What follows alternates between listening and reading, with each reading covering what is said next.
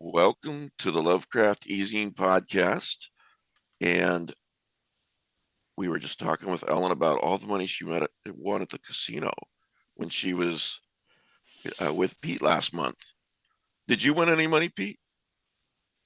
I won some money but my wife lost it all. So Was she pissing away on bills or something? no, she lost it on the slot machines. Oh, See, I okay. won that money. That's the money I won Yeah. from her loss. Yeah. Yeah. Also, Ellen's going to go see Barbieheimer. Well, the Oppenheimer, hopefully this week, later in the week, if I can. Yeah. But Barbie today. Yeah. So Awesome. that's the prequel to the new Godzilla film. Barbieheimer. That would be great if it was. I mean, put them together, maybe. Yeah. So anyway, our guest today is SL Coney. You go by Shaw, right? I go by Shaw, yeah. Okay. Well, nice to meet you, and I really enjoyed your novella. Thank you. Yeah, Wild, nice to meet you too. Yeah, thank you. Wild Spaces. We're going to introduce ourselves like we usually do. I don't know if you've seen these or inflicted yourself on any of these, but I'm Mike Davis with Lovecraft Easing. Why don't we start with Matt? Hi there, I'm Matt Carpenter. We do have a prize this week. This is a 3 comic book series called Goatman. Wait. I'm Goatman. Goatman. Nobody got it. No, I got it. I just didn't think it was No, funny. you got it. It's not funny. So Now, if you had said I'm Boatman, that's funny. Boatman. This is all hysterical. Yes, the it artist is. is Adrian Garcia, and Joseph Oliveira wrote it. So it's a 3-book series, the whole thing. If you want to win it, you send an email to easingprizes@gmail.com and put Goatman in the subject heading. We'll draw a winner in about 6 or 7 weeks, and it could be you. If you don't enter, you can't win. The art is not bad at all. Can't Nice. win if you don't play. Yeah. Gamble. And then later on in the show, I want to talk a little bit about movie night. All right. I forgot to say for my $25 and up patrons, see, this is the kind of cool things you can get when you're a patron. Want to let you guys know, and I'll send a note on Patreon too, that Laird Barron got these back to me. He signed The Wind Began to Howl to you guys and included a little note. So thank you, Laird, for that. And if you become a $25 and up Patreon, there's always more cool things on the way. Pete, you want to introduce yourself real quick? Not really, but All right. I'm Pete Rawlick, Rick? writer, bad editor, and man about town. My new book is Dorian Gray versus the Reanimator, from Wildside Press. Yeah, when does that come out? The ebook is out already. I think the paperback comes out next week. So Will they send me one if you ask them? I'll send you one. Because I want to promote it for you. Yeah, I'll send you one. All right. Send me a link to the book too, so I can include it in the show notes here. All right, I will do that. Rick. Excuse me. You're muted, buddy.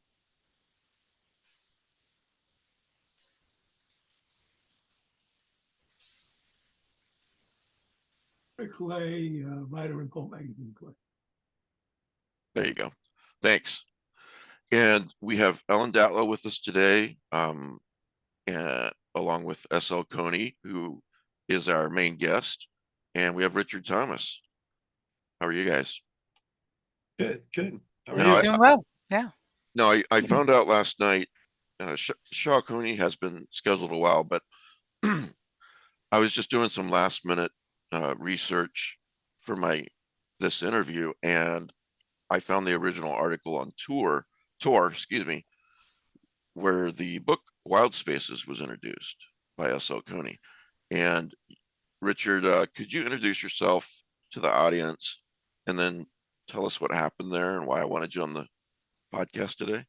Yeah, sure. Happy to be here. Good to see everybody. I'm Richard Thomas, writer, editor, teacher, past publisher. My last collection, Spontaneous Human Combustion, was a finalist for the Bram Stoker Award, and I just announced I sold my newest book, Incarnate, a Sin Eater Arctic horror book, to Podium, and that's going to be out next year. I'm really excited about that. Partnering with Stephanie Beard, who was great to me over at Turner. Spontaneous Human Combustion is a great read.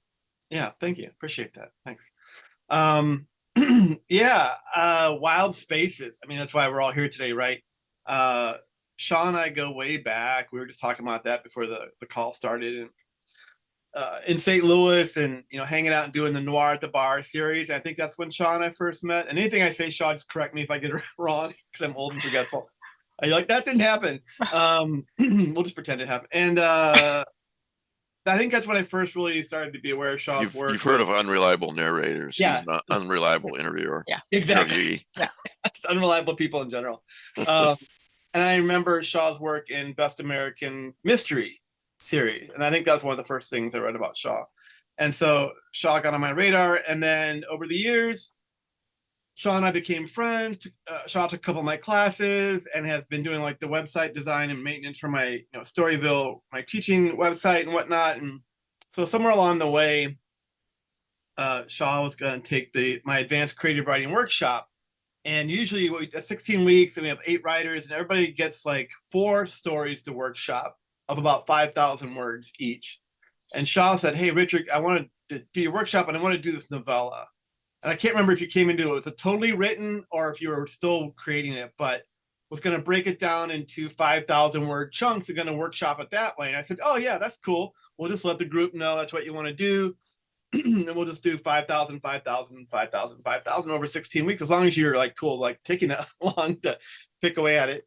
We'll do that." And that was the first time I read Wild Spaces, I think. And from the beginning, I just really thought it was really super cool. And obviously I'm a fan of Shaw's work going way back, but I really dug the kind of the weirdness, the Lovecraftian cosmic horror, the family, the dysfunction, the more mundane aspects, the dog. Like there's so many really cool, compelling elements to the story.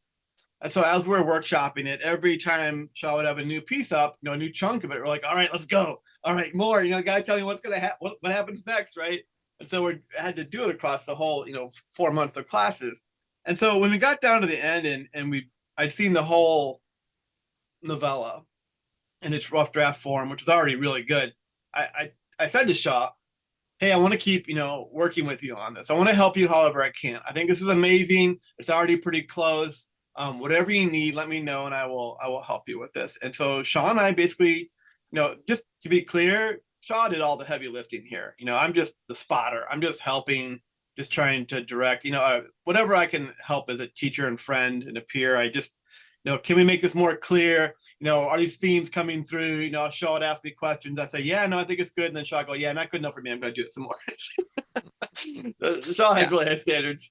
And what I said to Shaw was, as we're kicking it back and forth, it's getting closer and closer and closer to getting done. I said, "When you are done, and eventually I told Shaw, I said, stop, please, you gotta, please, it's good, leave it alone. It's never going to be perfect." I said, "When you're done, when you're ready, when you can't think of anything else to do with it, let me know and I'll reach out to Ellen. And I would love to try and connect you there and see if we can't make something happen." My relationship with Ellen, obviously we go way back. I've been writing for 15 years. I've been sending Ellen my stuff, for Best Horror, trying to get in for a long time. And, finally got in a couple of years ago for a co-written story. I also, know Ellen from, when I ran Dark House Press. She acquired a story from an anthology I edited, Exigencies, Letitia Trent story Wilderness, other things, Stoker Con and whatnot, and just, friends over the years. And so I basically, when it was ready, I just reached out to Ellen. I don't like asking Ellen for favors, but I thought, this is a cool story. And I was trying to think of places that it could go. And I thought Tor could be a place that it might do well. Obviously, I'm a huge fan of Tor, a longtime fan of Ellen's work, editing both, the Best of the Year anthologies and Tor and any other anthology, always a fan of Ellen's work. And so I just reached out to Ellen and said, "Hey, I have this friend of mine, a student of mine, SL Coney, has this amazing novella. I think it'd be great for Tor. Can I connect you to? Can we send it over your way? I think you might like it. I think it's really special." And that's the thing. I'm sure Ellen can, attest to this, that we read a lot of stories as editors over the years, as readers and just writers and fans. And there's bad stories, and there's okay stories, and there's mid stories, and there's good stories, and then there's stories you think are really special, something really cool and original and different. And I really felt from the jump that this Wild Spaces was something special. And so that's why I reached out to Ellen and said, hey, think you might dig this. Can I connect you guys and maybe to work out? And the rest is history. Well, thanks, Richard. Yeah. Shaw, why don't we have you introduce yourself? Tell us a little bit about you, and then I'll move over to Ellen briefly so she can introduce herself and kind of take it from Richard when, she read the story. So. Okay, sure. Yeah, I am SL Coney, and my background is in clinical psych, and I was really unhappy there, and I was unhappy in that space, and was like, you know what, I'm going to quit everything and move to St. Louis and be a writer. Which at the time I was young enough that I could do stupid things like that, and it wasn't terrible. Now I look back on it and I'm just like, man, that was not smart, but it's working out. And so I just started writing, and Richard, we met because Scott connected us. Yeah. Scott Phillips. Scott Phillips. Yeah, here in St. Louis. Reached out and was like, you two need to know each other. So yeah. That's, and Wild Spaces is your first published book, right? It's the first book. I've published short stories, but yeah. Right. Okay. And then I'm sure everyone in my audience knows who Ellen Dattlow is, but in case there's somebody out there who doesn't, Ellen, would you introduce yourself and then kind of take it from Richard? Sure. I'm Ellen Dattlow. I'm a short story through novella editor. And I've been worked magazines, webzines, edited anthologies. And I'm currently acquiring novellas and short fiction from Tor.com and Nightfire. And basically, I hadn't heard of Shaw. And I don't know if I read their work previously. I might have. But when Richard sent me, he asked if I would read this novella. I said, yeah, sure. And it blew me away. I mean, it's really amazing, and I loved it. And the thing is with the novella program, with short stories, anyone who edits for Tor.com can just buy what they want. For the novellas, it's treated like a book, so it goes through a process of P&L, profit and loss, and someone, I'm not even sure who, makes the decisions. They have a committee, I guess, or salespeople to decide to publish a book. And so once I passed it on to Irene Gallo, who at the time was my boss, she loved it and passed it on, and we took it basically. So that's kind of how it worked. And actually, it didn't need that much work. I mean, I'm not sure how much. It sounds like Richard and Shaw worked on it for quite a while before I got it. And by the time I got it, it was pretty clean. I mean, I don't remember any major editing at all that I did. I mean, I think it was just, kind of basic line editing. Yeah. And that's great to hear too, because I mean, it's one thing to look at a rough draft and then to work on it over time. And, I tell my students, I told Shaw, perfection's the enemy of good. And so at some point I wanted to leave it alone, but I'm glad to hear that you felt that it was pretty tight, because I think I'm sure that makes Shaw feel better, because we never know, you edit stuff, you turn it in, and then you still gets torn apart. So. Well, we didn't have to work that No. deeply on it, did we, Shaw? I don't remember. No, I think the biggest thing for me was, I had picked at it because that's what I do. And I was just absolutely horrified, because one of the initial feedbacks that I got from you was like, the scene seems really weird here. Like it just kind of jumps from here to here. And I use Scrivener. And so it's very easy for things to kind of get moved around, especially with and so this pivotal scene had just somehow gotten dragged and dropped, so it was in the wrong order, and I turned it in that way, and I was just like, oh man. So I was very glad that it was not like, oh, this doesn't make sense, we're not going to take it. But yeah, I've already forgotten. I forgot it. But isn't that the way? It's like you spend months and months editing something, and you're ready to put it out there, and you say, okay, here, look at this. And then everybody's like, yeah, you have no periods in this entire document. So there's a typo in the first line. Yeah. Yeah. More than one pair of eyes is really important. So You get More too than close to it one, sometimes, many yeah. eyes. yeah, Even with many eyes, things fall by the wayside or get forgotten or whatever. Shaw, could you give us a spoiler-free synopsis of the book? Yeah. So it's a young boy. He's living with his family in Charleston, South Carolina. He at the beginning of the summer he makes a new best friend, a new dog that shows up, and they are instantly tight and best buddies. And then the grandfather shows up. And things start to change within his family, and things start to change within himself, and he starts to figure out or try to figure out what is going on, um, and what's happening. And so we've got some pirate lore in there. We've got some history and natural science stuff happening, and the battle between good and evil, and what does evil look like, a little bit as well. So yeah, And the book comes out this coming August Tuesday, 1st. right? August the Tuesday. 1st. Yeah, All yeah. right. Yeah. Let me say again, well, first of all, as always, folks, I'll put the link to the book in the show notes. But we're going to keep talking about this for a little bit. I've read it. I really, really loved it. And pre-orders, as always, are so important to an author, editor, publisher. So if you think you're going to read this, and you should, just click on over there while you listen to the rest of this interview and buy it. If you have a Kindle, or if you read on Kindle, it's under $5, so can't beat that. Yeah. So I'm looking at the original Tor article, and I'll quote Ellen on this. When author editor Richard Thomas contacted me saying he had read a powerful and unique novella by a student and thought I might like it, I told him I'd take a look. Well, I was blown away by SL Coney's Wild Spaces, and so was the rest of the Tor.com crew. It's a beautifully written rendition of a boy's coming of age story in a family full of secrets. The description here is what really grabbed me when I got the original email about this. Mm-hmm. Coney's description of their novella as H.P. Lovecraft meets Robert McCammon's Boy's Life is simply perfect. I'm a huge, huge fan of Boy's Life. I don't know how many times I've read that book. Sounds like you have too, Shaw. So Yeah, yeah. I love the use of imagination and play in that book. It just sort of makes that book, and it was a combination of that and Michaela Morissette's The Familiars, Yes. that really sort of inspired the tone that I wanted to take with this book. Mhm. So yeah.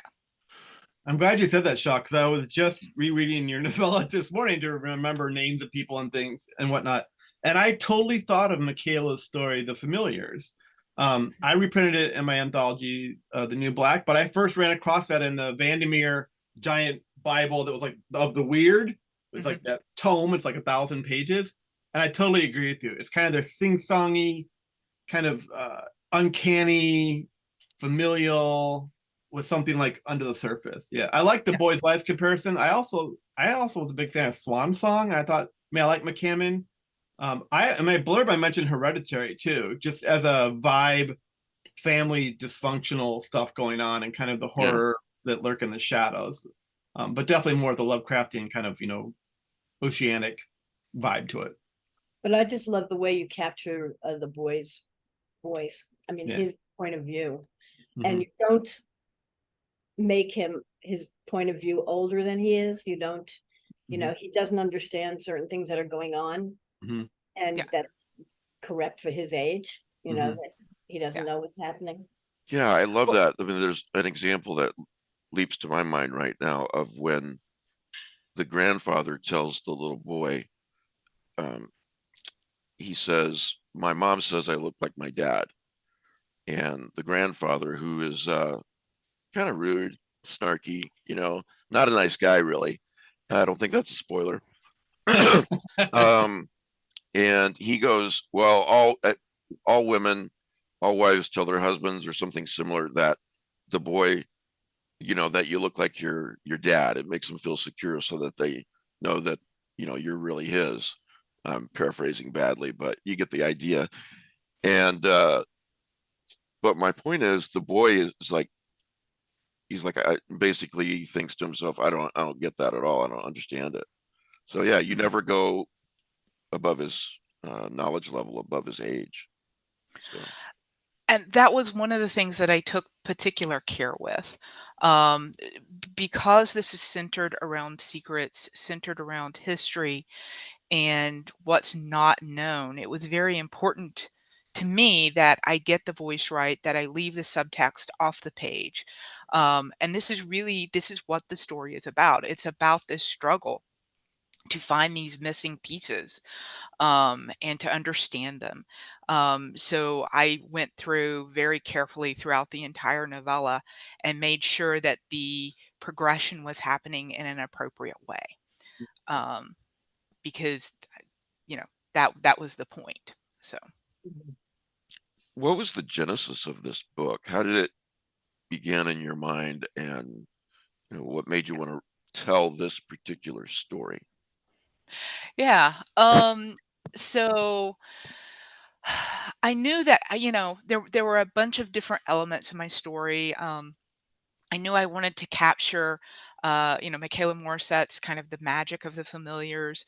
I knew I wanted to write something that was a little bit of a fable, and I had an image in my mind, um, that uh, of something happening that was very striking and very interesting to me. Um, that actually didn't make it into the book. It's kind of like the end of the book. It would be what happens right after the end of the book, and but it ended up not making it on the page because it didn't sit well on the page. Um, and so, I started with these elements. I started with the imagination, the play, and as I was writing it, it was really kind of after I got into it, I realized what the story was about. And like I have a loved one who has dealt with toxic family, and watching them go through this relationship that is so awful, and being unable to let go of the person. Um, and looking just at the secrets and the way that secrets secrets were a big thing in my family, and it's sort of like it leaves you very unsure-footed. So having all of these things come out, and I was just like, yeah, this works really well. So it's a combination of like past things, and looking at life around me, and working in some fantasy and trying to capture a bit of that magic as I go along.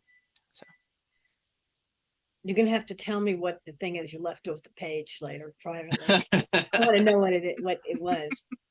yeah, I mean, yeah, you ended it perfectly, but so I'm really curious to know what you were thinking. yeah, absolutely. I am too. Maybe after we end the call, you can tell us both.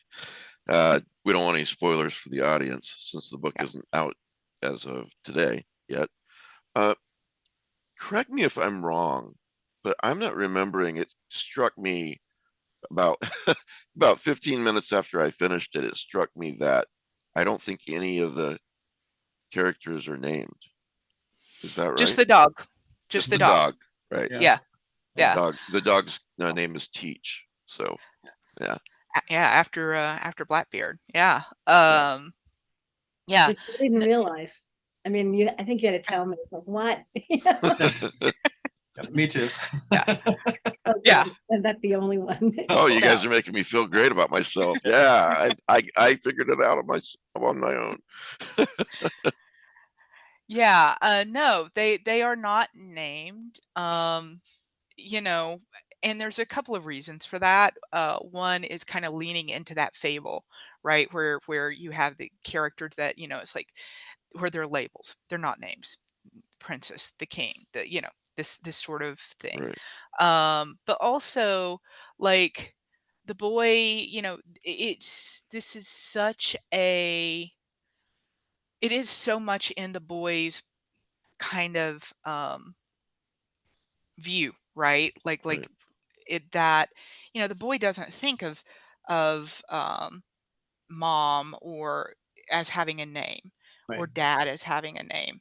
Um it's you know, it's mom, it's dad. And so then I just pulled it back a little bit, um so that we're dealing with the labels, again, to kind of hit that fable, that fairy tale kind of feeling. So You plus know, dogs are the most real, dogs are the most real thing. right. That's very true. Dogs and cats. Yeah. Right, Ellen? Yeah, another couple of choices that you made that I think were the best choices, you know, just speaking as a reader and sometimes editor, but it is all from the viewpoint of the boy, but it is not in first person. It's in third person. Yeah. Tell me about that choice. When you knew it was all going to be from the viewpoint of the boy, it would have been very easy to go, okay, so I'm going to write this in first person, but you didn't. And I think it is Yeah. better for it, but I'm just curious about your choice. Yeah, because one, third person allows for more distance than first person. A lot of times when you're writing in first person, you end up getting almost a stream of consciousness diary kind of feel to your fiction. And I really like the distance that is achieved with third person. It works better in my head, and I just really don't like writing in first person. I'm right, actually, the novel I'm working on now is in first person. I'm fighting with that choice, but it's the right choice for the novel. But yeah, Right. but it does allow for that distance. It allows, one of my goals in writing this is I wanted people to be able to bring their own stuff to this story. And Yeah. so by allowing that third person, allowing that distance, it allows people to bring more of their stuff into the story. Yeah.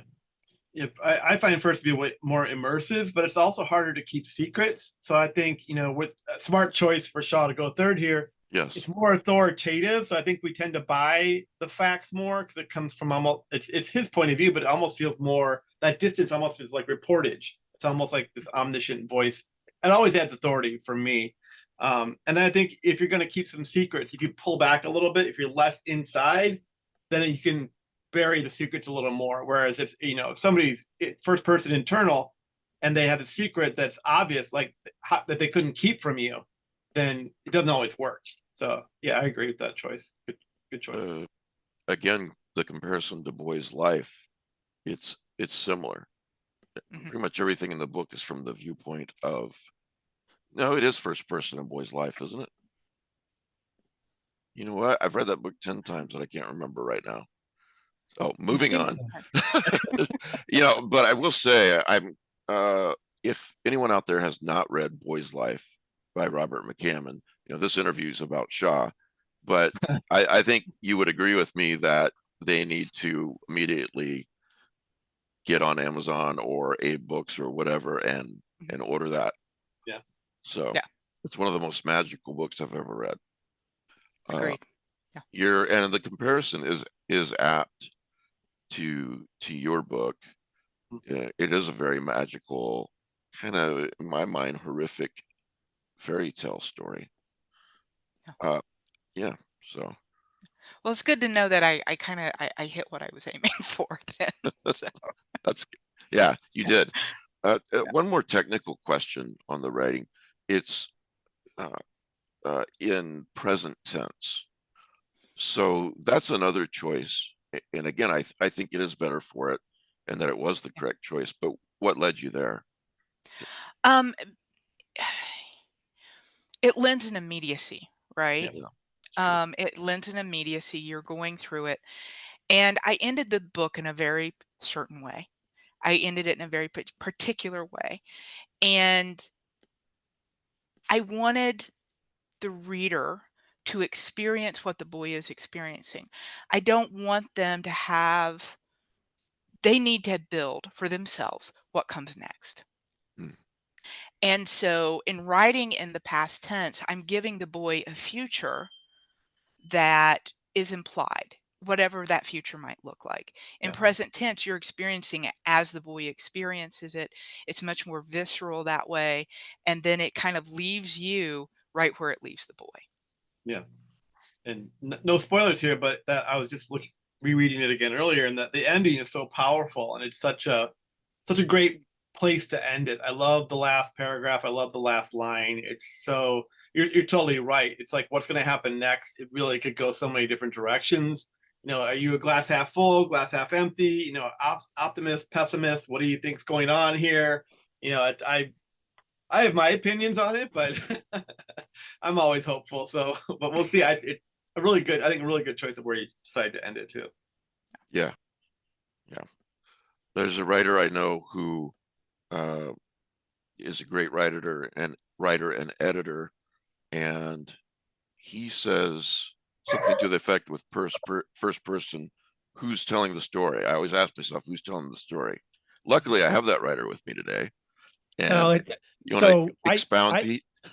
So, with first person, there's two things, like you have to figure out who's writing the story, but more importantly, you have to give them a reason why and how.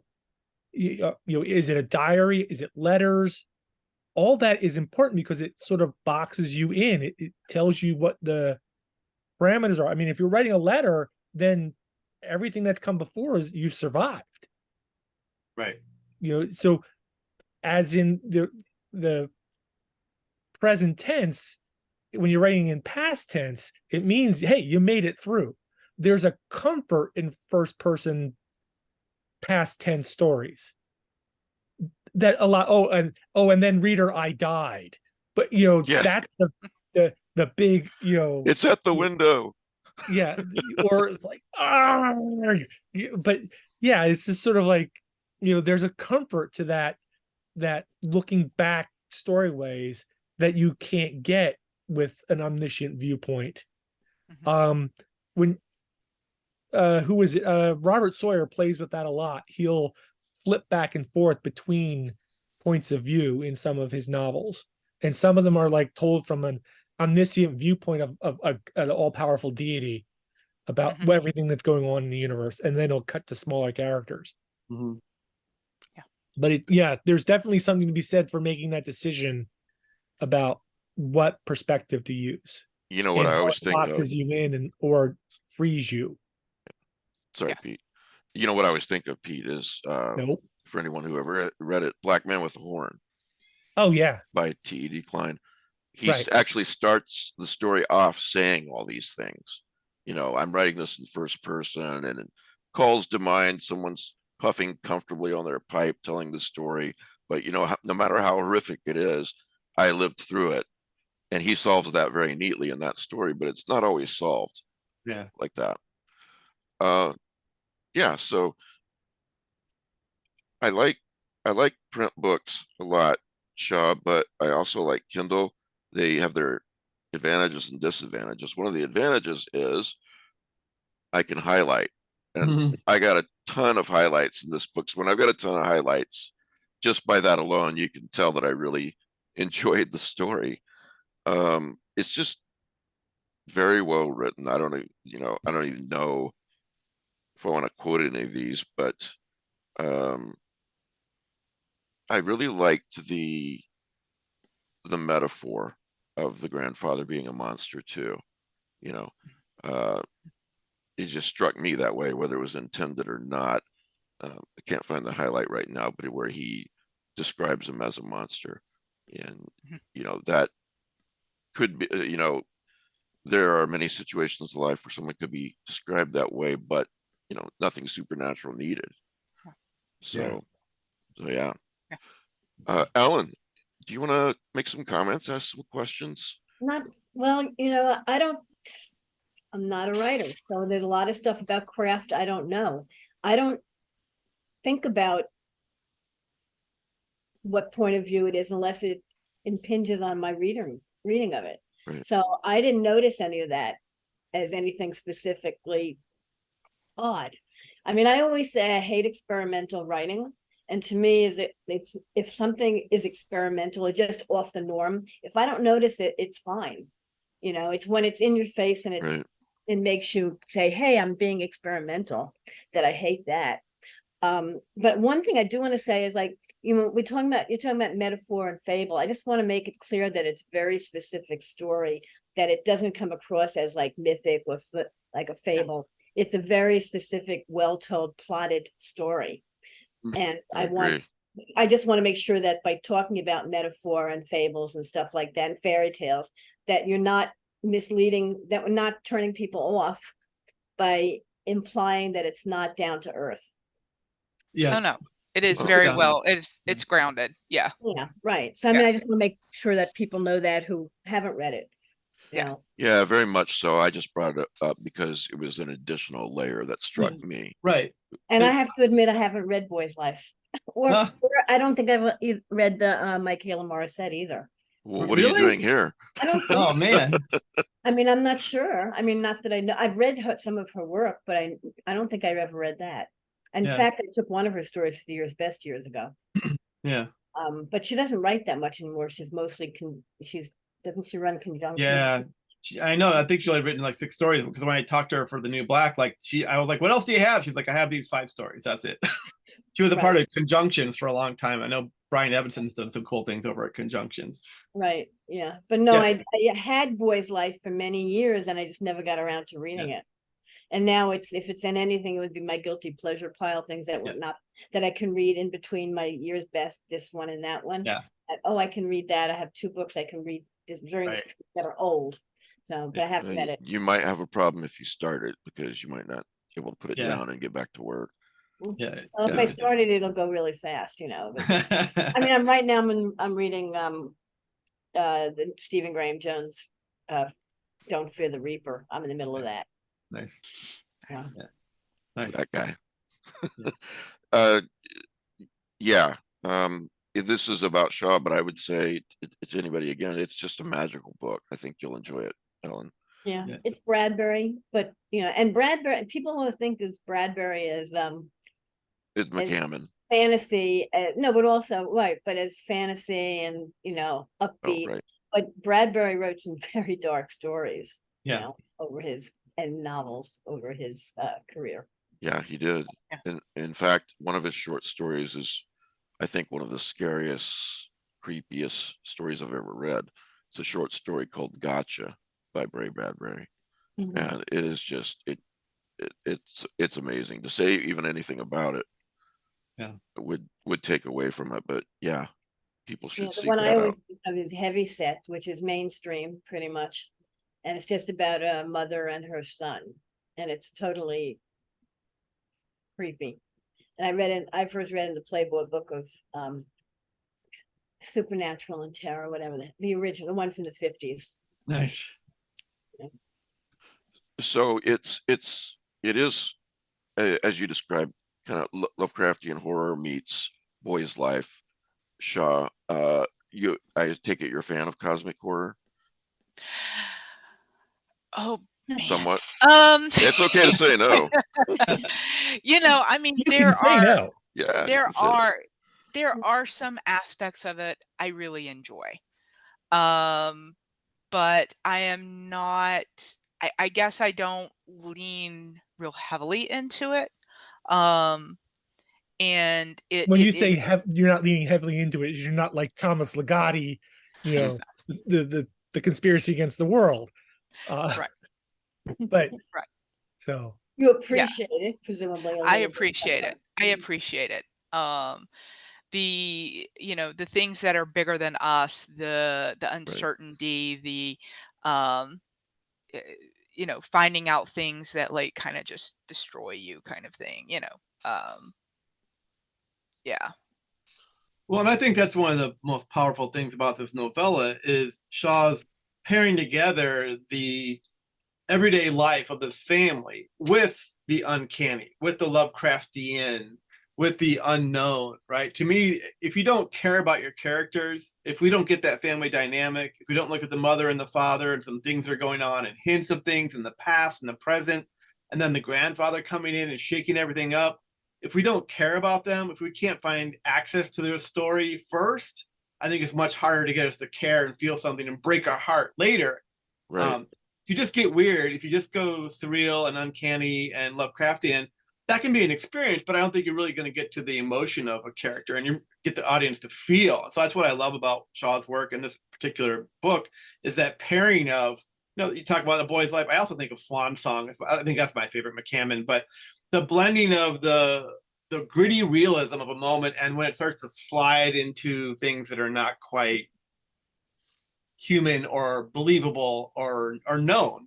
Because I think what's the most base fear of horror? It's fear of the unknown, or one of them, right? Right. So the whole time you're reading this, you're trying to figure out what's going on. And as I was reading this morning, I'm thinking, it's so cool because you're like, okay, did I just see that? Is that a thing? Or am I imagining that? Like, there's something going on with or there's something going on with the mom. And you're like, wait, she made this.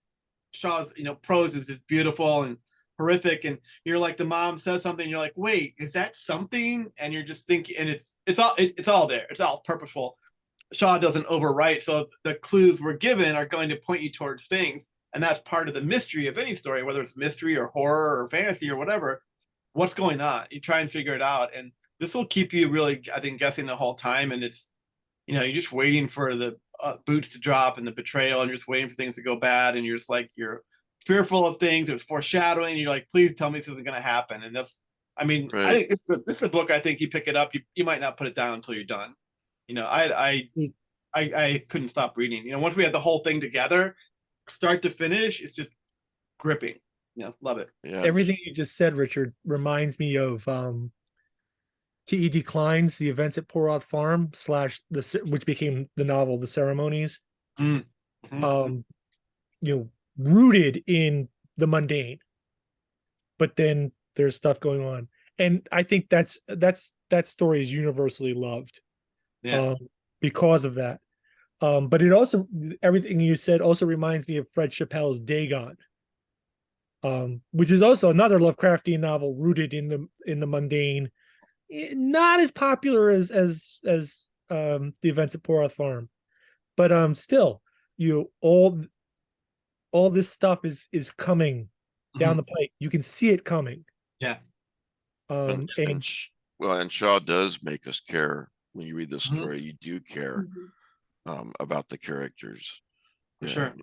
And don't think for a second, I'll reiterate what Ellen was saying. Don't think for a second this isn't horror. It's definitely horror. Absolutely.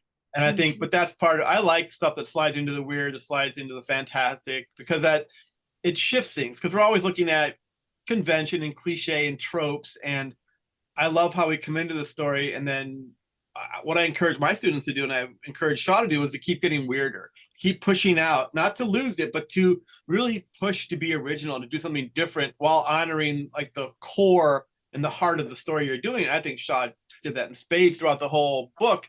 It's just really well done. So that, like I said, I think it's really immersive. Once you get into it, it's hard to break that spell, which I think to be a great story is a whether it's a short story or a novella or a book, is a spell cast. Can't we all remember as a kid, we're talking about Swan Song and A Boy's Life, big books.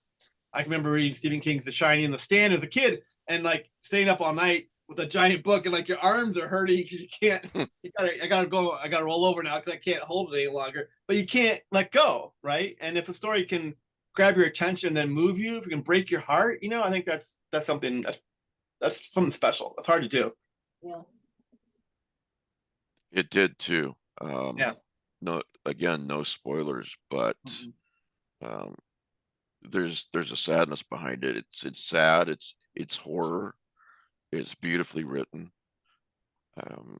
There's the cosmic core element as well. So yeah, I loved it, Shaw. Oh, good. I know that for me, I love the uncanny. I love the weird. I love it when, I keep thinking about ACwise. And I think the story is, what is it? Harvest Song, Gathering Song. Yes. And the way that, like, the weirdness and just like everything there, I remember reading that and just going, oh my gosh, like I got to be weirder. And I love that weirdness. I love the uncanniness. But for me, as a reader and as a writer, I've got to have that grounding Yeah. in reality. I've got to care about the character. Because if I don't, then like the uncanniness loses meaning for me. Yeah. Yeah. I agree with that. It's what I try and do with my writing. It's what I try and do when I teach, is that you can go out on the branch of the bizarre and the surreal, but how far out you go really, and whether you can bring it back is really dependent on the quality of the writer. You can go out there and get pretty weird, but if you don't bring it back to the heart of the story, I talk about the Dark Tower kind of in all things serving the beam, right? The heart of your story. Get weird, but that better serve the story. If it's just a side story, if it's just a tangent, if it doesn't matter to the core of what you're doing, it's just going to be a distraction. And so I think all the moments that you choose to, expand upon and get weird in this book, Shaw, serve the story, and it works towards moments that are earned, including the ending. And I think that's what really makes for a powerful story. The other thing too is that another reason why you really care about these characters, or at least why I did, is the boy and his parents, they are really living kind of an idyllic life. The boy is, you get the sense that he's, very happy, and there's a scene where he's playing out in the yard all day, and, he gets called in to go to bed, but he wants to stay out there longer. That's implied in that paragraph. And then the grandfather visits and things just slowly fall apart. And it's sad to watch, and you really root for these characters. Yeah. So yeah, and I think that's the real horror, right? Like this is a family that works, right? They're good together. And if we're lucky, we do all have kind of this moment of innocence where we don't know anything beyond what is in the moment. We don't know the past of our father or the past of our mother or anything like that. We just know them as our father, as our mother. And this is like, if you'll forgive me for getting a little more fable again, but like this is the Eden, right? This is the time of innocence. sure. And so when we have that, and then watching, for me, this coming of age is very much a time of like discovering the world, discovering the secrets, realizing that your parents had lives before you existed, and that they were once like you maybe. And so just this realization of the world, and how one thing can come in and then just tear it apart. Yeah. Yeah. And I think I talk a lot about in my writing in my classes about universal truths. And I think that everybody has somebody in their family. There's a skeleton in everybody's family. An uncle, a distant grandfather, or a relative or cousin is always somebody that was trouble or no good, or you got to watch them at the parties, whatever. And so I think by having this grandfather come in, throwing a wrench into their works and kind of disrupting things with his secrets and his past, but being a blood tie that you can't just turn away very easily, and it brings the horror in close, very intimate, where I think the things we tolerate with family, we might not tolerate with anybody else. And that can be horrifying as well, right? Not necessarily the thing in the woods, the werewolf, the vampire, the zombie, the demon, the alien, whatever. Those are all great horrors, but sometimes horror is people, it's neighbors, it's family. And when you can't just turn away from it so easily, it makes it that much more, intense and stressful, I think. Mm-hmm. Yeah, there is an implied, I'm sorry, please go ahead, Shaw. Oh no, I was just going to say, and I think for me, the thing that is really horrific to me is the things that the monsters that do not on the surface look like monsters, right? Yes. That they camouflage.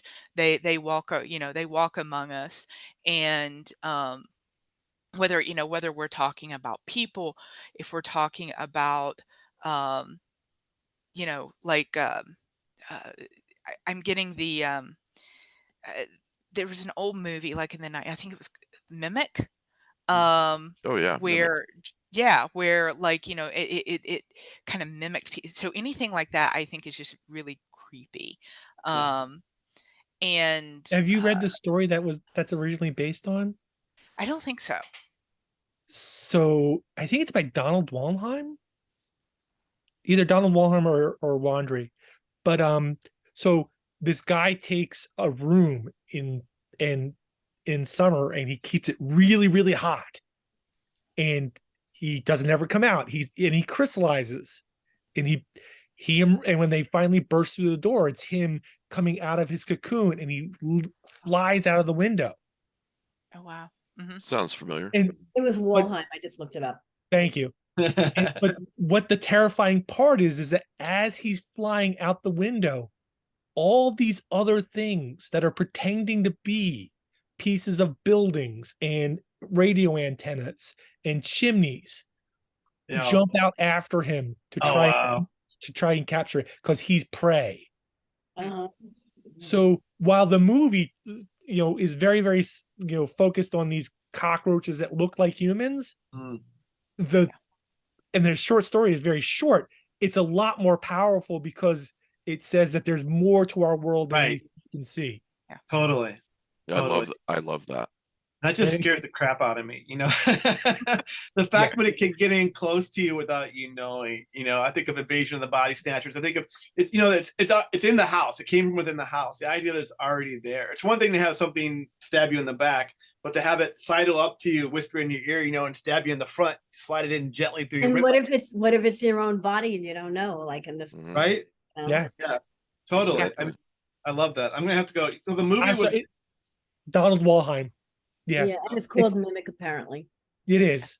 And it really has nothing to do. And I'm sorry to interrupt, but it happens to be one of my favorite stories. No, that's great. That's great. I'm doing some research for some future work. And I love all this. The whole idea of like the shack and the antenna and everything breaking off and also being creature. I'm like, oh my God. You're Yeah. looking at this thing, it's everywhere, right? I just feel like Right. things are all around us, right? Well, Shaw, to what you said, one of my favorite episodes of the X-Files is when Mulder and Scully are called to this, I don't know, it's a job where they have a bunch of cubicles and it's a call center, a bunch of Oh employees. yeah. You remember that one? Oh yeah. And it's been about 30 years, so forgive me if I spoil that, but you should have watched it by now, people. Right? Rolex rules of spoilers. You You get know, you get 10 years. Yeah, That's so it. so spoiler coming up on this particular X-Files episode, sounds like looks like you remember it, Shaw, where Mulder doesn't really believe him, and he's the believer. He doesn't really believe him at first. This employee who's acting crazy and saying that his boss is a monster and he's turning employees into monsters. Because when Mulder looks at the boss, it looks human. Yeah. And then as the guy's dying, I forget what he did. I got to rewatch it.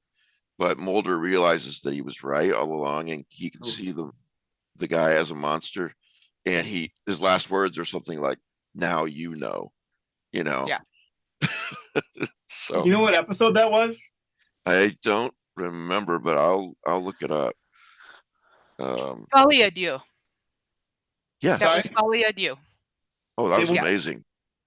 A Nice huge memory. X-Files fan. Huge Oh, X-Files fan. Yeah. Well, Yeah. when you were talking about that, it made me think of that episode. What was the title again? Folly Adieu. Folly, I do. Folie adieu, adieu, FOLIE. Adieu. Adieu. Okay, you're speaking French, that's why. Right, it's French. Yeah. S or X, I forget. It means Okay. folly, self, double, Yeah. both people are folly.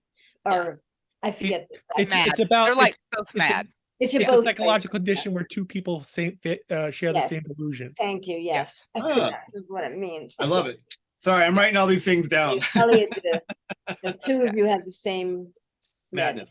Yeah, I love that. That's good. So Yeah. Shaw, well, folks, again, Wild Spaces, it's going to be available August the 1st. Please Here's what I pre-order it. said. Yeah, there you go. Beautiful. Yeah. Nice cover. Beautiful. Nice. Really love it. Yeah. Go ahead and pre-order it. Like I said, it means a lot, especially to Shaw, because it means a lot to any writer and publisher and editor, but this is your first book. Yeah. So Yeah. you know, please support Shaw with this, and you're going to get a really great read. Don, I can put it in the site. Hang on a second. All right. I can put the ordering. What Hey, about your other right there. stories, your short stories? Tell us a little bit about maybe a couple of those and where people can find your short stories. They read Wild Spaces and they're like, wow, I really like this author.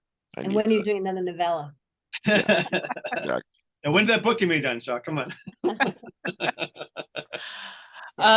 Yeah, so you know, I've had a few short stories published. I had one in Gamut magazine, which was a story by Richard. Not a story by Richard, it was a magazine by Richard. The story was by me. And that one was also uh body horror and kind of like dealing with the consequences of change, and kind of the destruction of a family as well. And I'm trying to remember. I can't even remember the name of the story. Do you remember, Richard? Is it Prey? It was Prey. Yeah, It's Prey. Prey. Yeah, Prey. Yeah. And then there is Abandoned Places, which was first published in St. Louis Noir, and then went on to be included in Best American Mystery Stories 2017. Oh, Um, congrats. well, thank you. Yeah, they I kind of started out in the neo noir, the kind of the noir area, and I still love to write about, like, you know, people doing bad things. But I love having like a supernatural element to it as well, whatever that might be. And I guess those are. I'm a slow writer. I write a lot of stuff and I get it to the point where I'm just like, well, I don't think it's going to work. Or I pick at something until I pick it to death. And so, but I've got a short story that I am also working on called Annette Funicello is My Dream Mouse. And it's Love a it. little bit Burroughs. It's a little bit um, well, maybe Burroughs on acid. I'm not quite sure what it is, but Was there any other? Was there any other? this is true. This is true. Um, Let me ask you yeah, this, I haven't looked this up yet. Do you have a website and are they listed on the website where people can go? yeah. That Yeah, might be the the way to go. website's just like slconey.com. Okay. SLCONEY.com. Yep. Great. Like Coney Island. Yeah. Exactly.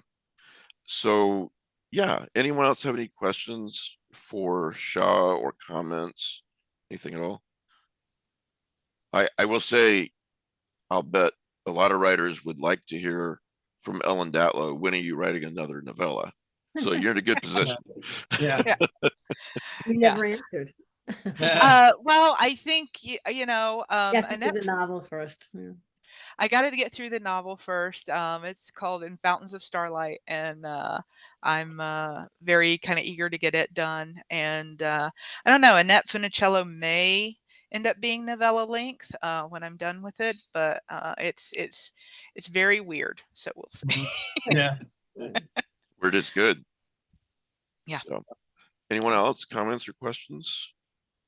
When you said Burroughs, so what's the net story? Is that Edgar Rice Burroughs or William Burroughs? William Burroughs. Yeah. Yeah. But I will tell you that the whole Edgar Rice Burroughs Annette Funicello thing just, you know, that's like bizarro that could really, really work. I'm just All right. Well, if is there anything else that you have coming up that maybe I should have asked about? When's the, do you have a publisher for the novel yet, for example, and when will that come out if you do?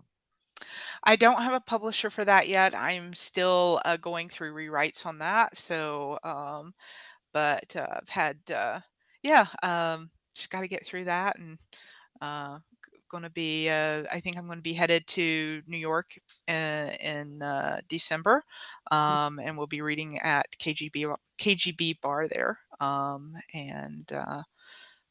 But yeah, keep writing. I'm writing. I'll get So it done. anyone on the East Coast should come. Yeah. Yeah. to the readings. Yeah, what is your schedule and when is that reading? What is your schedule for the, do you have anything else that you're doing in relation to the book? So just the launch on August 1st at Left Bank Books here in St. Louis, which will also be live streamed. And then the Where do reading, people find that, Shaw? I That think live if they stream? go to, let me see. I know it's on their YouTube page, but let me see if I can. Yeah, sorry to interrupt, but people will probably be listening and say, I'm not in St. Louis, but I'd like to be in on that. Let's see here. Here, I got it. You got it? It's right on the Left Bank Books, so hopefully that should lead you where you want to go. While you send out that novel, you're waiting on a publisher, you can be writing that novella for Ellen. Yeah. Yeah. Yeah. I mean, I've got several Never short stop stories. writing. I just need to know. Yes. I never do. Yeah. I never do. Yeah, I mean, I always tell writers, if you finish something, don't wait for it to be accepted or not, just write the next thing. Yeah, No. yeah. No. I'm always writing. Oh, Always writing. you so. put it in the, I misunderstood. Chat, Richard. sorry, yeah. Yeah, Yeah. here it is. It's, thank you, Richard. It's left. I'll include this in the Yeah. show notes, but it's on left-bank.com. And I'll include that as well. So that way people can just click and go right to it, Shaw. Yeah, good. So anything else, any other readings or anything else as far as this goes? That's it so far. Well, Sadie Hartman has taken the book for is her I forget what it's called, the box Nightworms. for Nightworms, which means that it gets a good head start in sales. That's awesome. That's great news. Yeah. Yeah. I And do have a Sadie will question. publicize it. Yeah. So what do you think are like your biggest influences that got you writing towards this genre? What was, when you were a kid, like what sort of set you off down this path? We want to know everything and all the details. Who did what to whom and how? Oh my gosh. I mean, I'm a bit of a cliche. I was the kid who sat at my mom's typewriter and was writing books. So like I always read and I always sort of gravitated toward the darker things. So when I was very young, it was stuff like Christopher Pike and R.L. Stein and these kind of point horror books that were really big. And then as I grew up, it was Stephen King. It was and that's the one that sticks out most in my mind. Of course, Stephen King, and like I also read a fair amount of like Straub and those kind of books. But it was and I wrote a lot. I ended up, when I first kind of started sitting down to write seriously, it was really interesting. I remember, Scott Phillips is a noir writer. He's a crime writer. Fantastic. He wrote The Ice Harvest, which they made the movie out of. And when I sat down to write, it was this kind of noir, neo-noir stuff that was coming out. And I remember asking him, I'm like, is it really weird that I'm writing in a genre that I didn't really read in? And he was like, yeah, a little bit. And so I don't know. But that was the type of thing that I wrote. And then in 2013, I developed a chronic illness that really changed my body, and it changed how I had to deal with my body.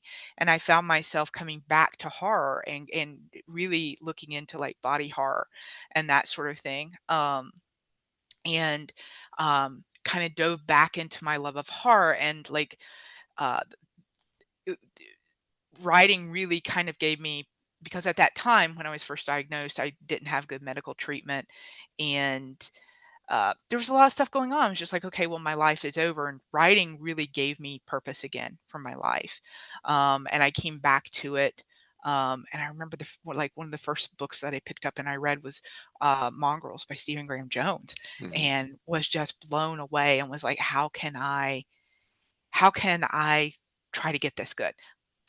I'm not there, but like, I'm going to keep aiming. I'm going to keep aiming for Stephen Graham Jones. So, yeah. So like, now, I love ACwise. I love Kelly Robson. I love Stephen Graham Jones. I love uh, I just read Helpmeet by Nathan Rubman. I'm not going to get that name correct. And I loved that. I read The Luminous Dead, and which was absolutely, and I can't remember the author of that book, but it was absolutely fantastic. So like, I feel like my love of it didn't reawaken, but it like I was brought to it back through, um, that sort of thing, and it's really come out in my writing. So First of all, I want to say I'm very sorry that you developed a chronic illness. That sort of thing can really change a person's life. But you made the choice to have some good come out of it. That perhaps, I don't know, but perhaps might not have happened if you hadn't developed the illness. I wish you weren't sick, but I'm glad you're writing, because I love your story. I'm going to dig up the rest of your work and read it too. Yeah. So yeah, I mean, I wish I wasn't sick either, but like, you do what you can. You control what you can, and I can't change the fact that I'm sick, but I can change what I do with my life as far as in what I have in my ability to do, and writing happens to be something that I can do. So yeah, and I think that's one of the ways your authority can lead into your writing, right? You take that anger and frustration and emotion and you funnel it into your work, right? That gives you the authority.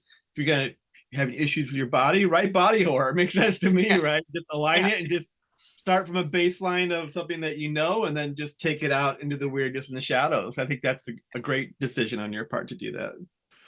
Well, there's so much in life that we have control over some things, but there's so much in life that happens to us that we don't have control over, and you can't change, but you can change how you react to it.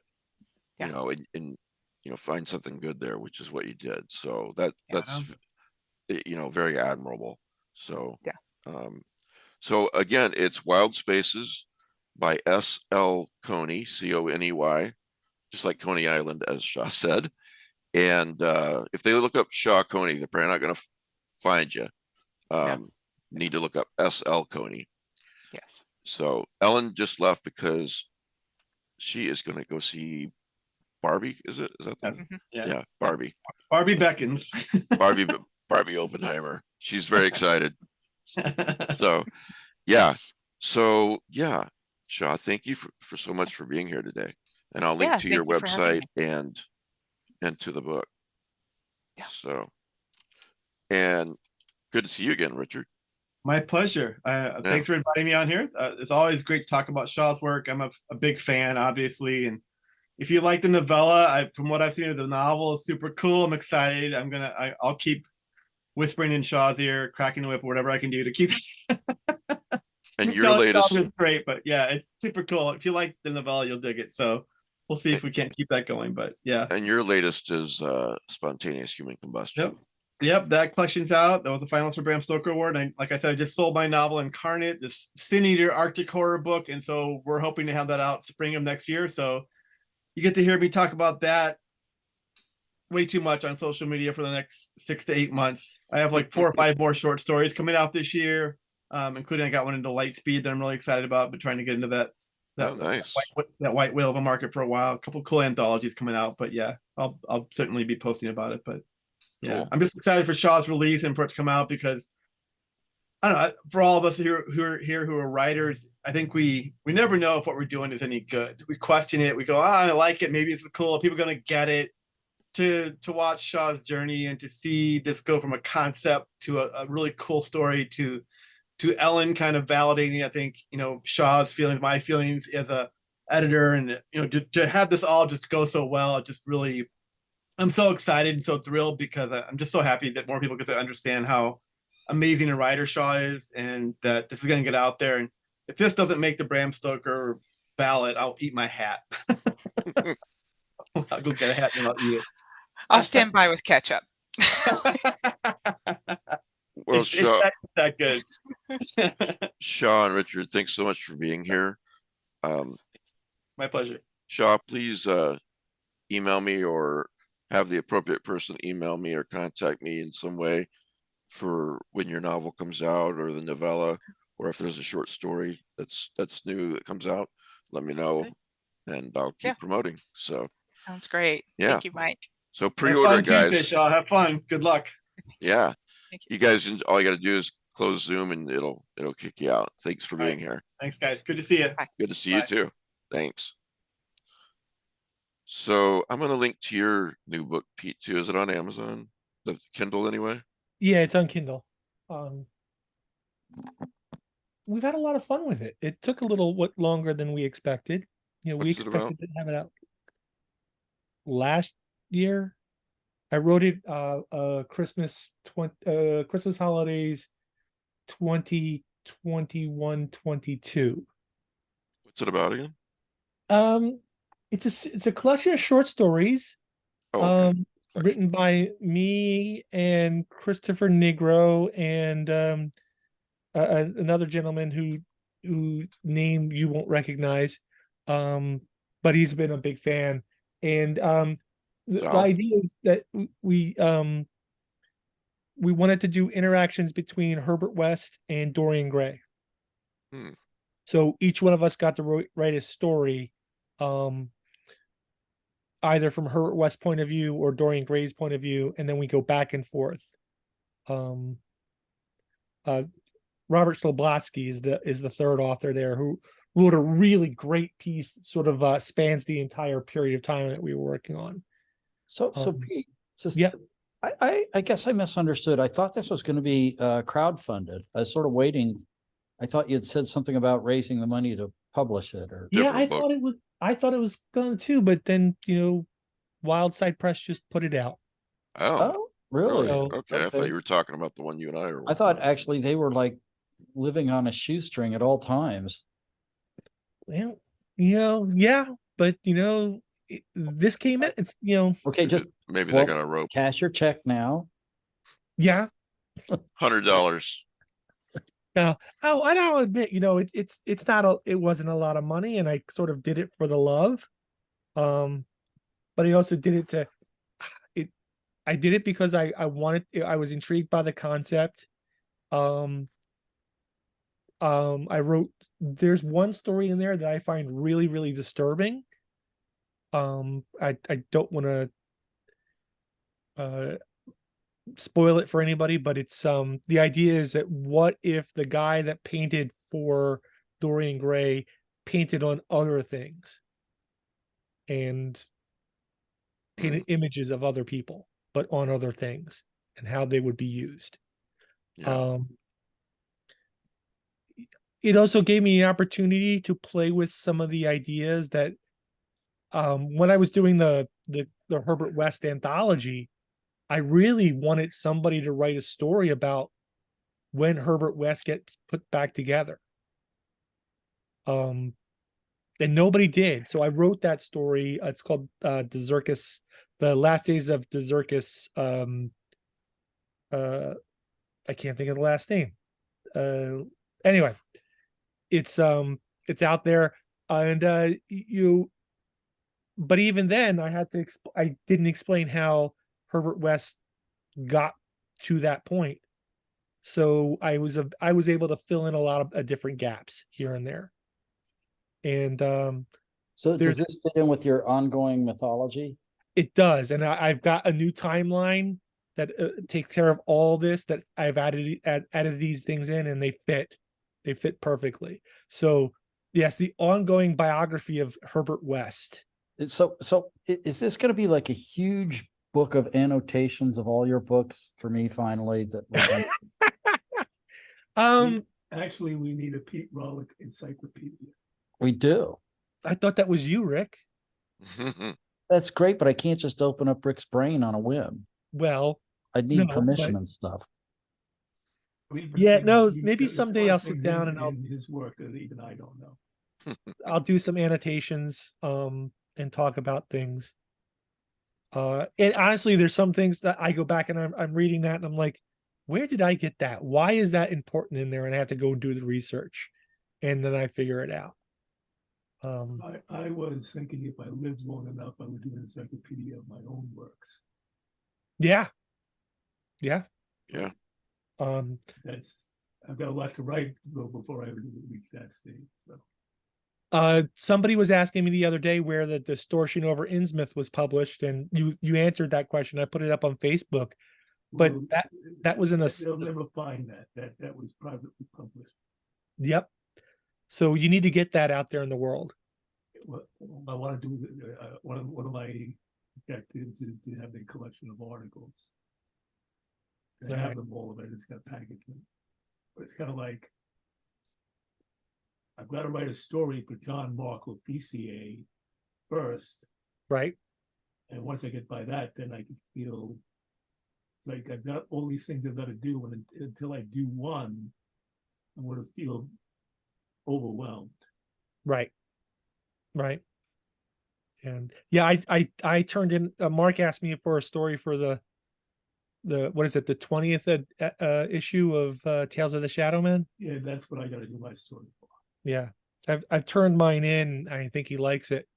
I got to play with Shogner Fawn. Mine will have nothing to do with Lovecraft, really.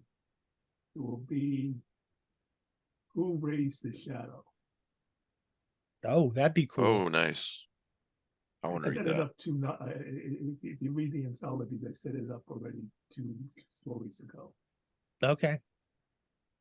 So, a couple movies coming up that look good, weird fiction and or Lovecraftian.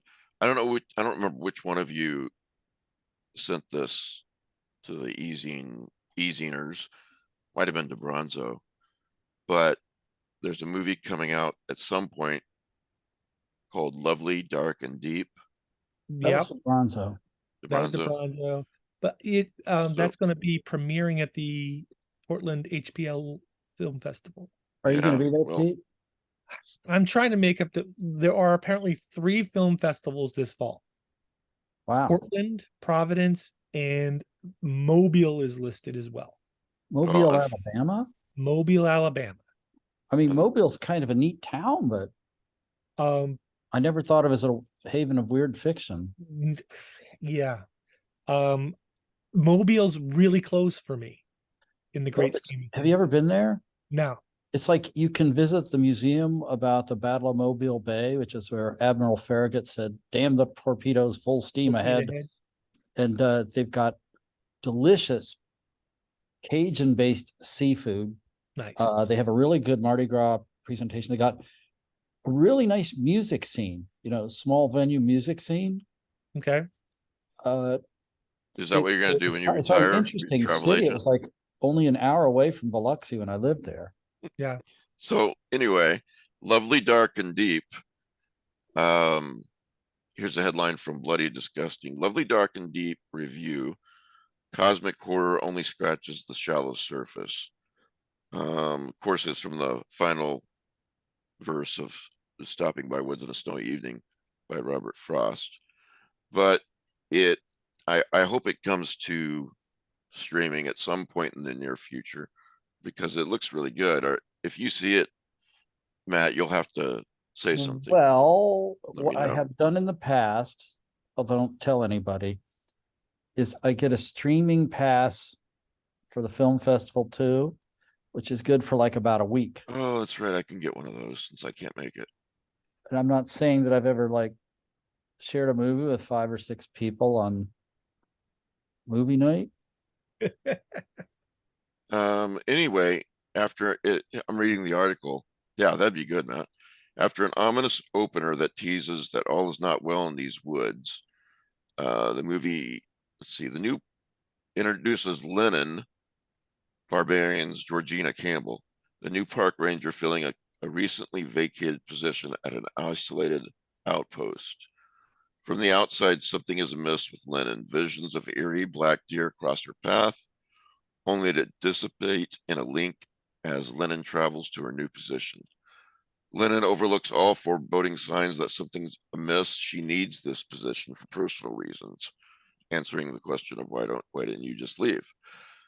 The more she settles into her minimalist outpost and begins her ulterior quest, the more unsettling things become as time derails and bizarre events signal something else is in the woods with her. So yeah, this looks really interesting. And it was either DeBronzo or Matt, I think, that talked about another upcoming movie, Old Gods. Or no, it's out now, isn't it? Older That gods. was DeBronzo again. He Older says it's on Gods. Tubi. Yeah, Okay, we should I keep watched him. it. Was it any good? I watched it too. It was okay. Just It's okay. okay. All the gods. It. I have a. There's something that has crept into Lovecraftian horror over the last few years, and actually it goes way back. But like all these cults, they're all death cults. They're like there's all these skeleton and skull imageries, and like I don't get that. That really has nothing to do with Lovecraft or cosmic horror. Hmm. Um, I don't get the whole skull imagery associated with cosmic beings. Right. And I if anybody has any idea, about why that works. It's because it's cool visuals that sells people. And then Lazy you writing, you have mean? female cultists jumping around without bras. Yeah. Okay. And So then it's purely Lovecraftian at that point. Yeah. So I guess I don't know where you're Well. coming from, Pete. Nude female cultists all brandishing skulls. It's I mean it's that's straight out of the Herschel thing on the Lewis. doorstep or something. Yeah. You must have missed a chapter. Yeah. I'm sorry. I this is Herschel Gordon. This is Lovecraft through Herschel Gordon Lewis, right? Exactly. Well, a long time ago on this podcast, we talked about why would somebody be in a Lovecraftian cult? And just like cults that are real, and one that I grew up in, there's a reason why. There's a benefit. For Right. example, the Shadow over Innsmouth, they were followers of Dagon because why? They could no longer catch any fish. The town was starving. It was poor. And so, the Yeah. cult of Dagon comes along and suddenly they've got a lot of fish. They can Once eat. you've had a tuna, you never go back. They can pull up. They get all kinds of treasure, so Okay. forth. Yeah. So, But that's all fish imagery. my point is that it's interesting to ask yourself the question of why would somebody be in one, and Yeah. it's a benefit or a perceived benefit. There's no positive reason in older gods to join the cult unless you want to die. Right. Yeah, see that just it doesn't work for me. You have to have a real reason, even if the reason is totally evil and selfish. It's a benefit to the cultist. There's got to be a benefit to the cultist for me Even to if it's believe it. even if it's just a perceived benefit that's not real. Right. For example, the cult I grew up in, one of the biggest perceived benefits was, as ridiculous as it sounds, but all cult beliefs are ridiculous if you analyze them logically, that, after the apocalypse, that the members of the cult would, live forever, have angelic bodies and would rule the world, stuff like that. People didn't join the cult because they were bored, or they didn't have anything else to do. It was, a benefit, a perceived benefit. So yeah, if it's not there in fiction, it doesn't work for me. It doesn't sound like it's there in Older Gods. Yeah, it's just a problem. Yeah. Marvel Comics once did this what if story where a set from Robert E. Howard's Conan stories invades the earth and wipes out all the human beings, basically, including the superheroes. And the comment that it begins with is the first thing that Set does when he enters the universe is he kills everybody who's stupid enough to worship it. I love it. That's great. Okay, so here's something really cool. I forget who sent me this one. Sorry, but where's it at? I can't find it. There it is. Oh, Batman, City of Madness, coming out in October. And Was it Alan Hughes who advertised that, or? Yeah. And- I don't know, but it's about, I guess. Yeah, it might have been Alan. It's about this hidden city in Gotham, or underground city, something like that. And it's very Lovecraftian. This is supposed to be basically it just much like Doom that came to Gotham, an outright mashup of cosmic horror, Lovecraftian horror, and Batman, which I love. Which the the idea only of. problem I have Mhm. is that all of the articles and everything that's talking about this never once mentions the Doom that came to Gotham, either the comic or the movie. I've seen a couple mentions on what I read. I haven't, but I gave up trying to read this, read the articles. It was just becoming frustrating. It's like, oh, we're breaking new ground with Lovecraftian horror and Oh yeah, yeah. Is Like, this a no. movie or a comic? comic. It's a comic. I think it's gonna be what, 3 issues? I'm not sure. But I tell you, I'm just gonna wait for the graphic novel to come out. Well, Yeah. yeah. I cannot reliably acquire the individual issues. I had to wait for the graphic novel for Miskatonic, and then I had to do the same thing for the Zorro series versus the Old Gods. Right. I tried starting with the individual issues, and where I live, it's problematic. No, Yeah. you're right. You're Or right. you could purchase a membership at DC Universe Infinite for about Well, the thing $7. is, I like print copies. Oh, okay. I in the agree with you. library. Well, anyway, this That's why, looks. that's why I haven't gotten Pete's book yet. I plan to get an actual physical copy. I just wanted to make everybody aware of this. All the comic book readers and Batman fans. I'm definitely gonna read it. Yeah, Just me yeah, too. sure, it looks interesting. Yeah. And if you haven't watched it, the animated version of the Doom game that came to Gotham, while it was not using Mike Mignola's art style, his story was brought to the screen, I thought, extremely successfully. Yeah. So if I you agree. haven't seen the animated movie, The Doom that came to Gotham, it is available to stream. And it's It's on funny Max, yeah. we're talking about this, but I'm trying to remember correctly. The Thangarians, Hawkman's people, actually have cthulhu as one of their gods. It was in the Justice League cartoon series. Yeah. Well, in the recent couple of years ago story with the DC Universe, where that spawned the Batman Who Laughs, is basically a cosmic horror story. That's how it begins.